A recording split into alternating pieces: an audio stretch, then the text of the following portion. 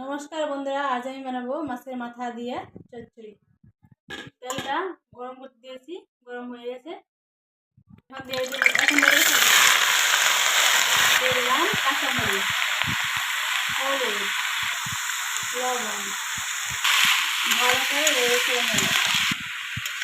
ভালো করে নেড়ে ছেড়ে অল্প জল দিয়ে ঢাকা দিয়ে দেবো।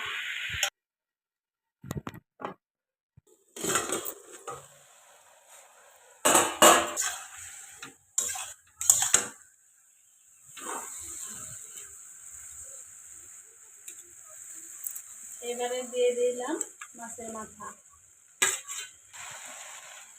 অল্প পেঁয়াজ কুচি দিয়ে দিলাম, অল্প সরষের তেল দিয়ে দিলাম।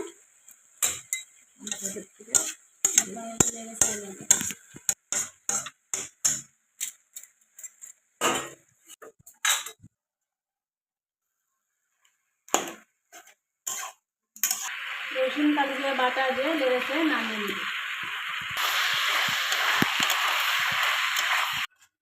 চচ্চড়িটা নামিয়ে নিয়েছি, খেতে খুবই টেস্টি হয়, তোমরাও বানিয়ে খাবে। আজ তবে আসি, নমস্কার, আবার দেখা হবে অন্য কোনো ভিডিওর সাথে।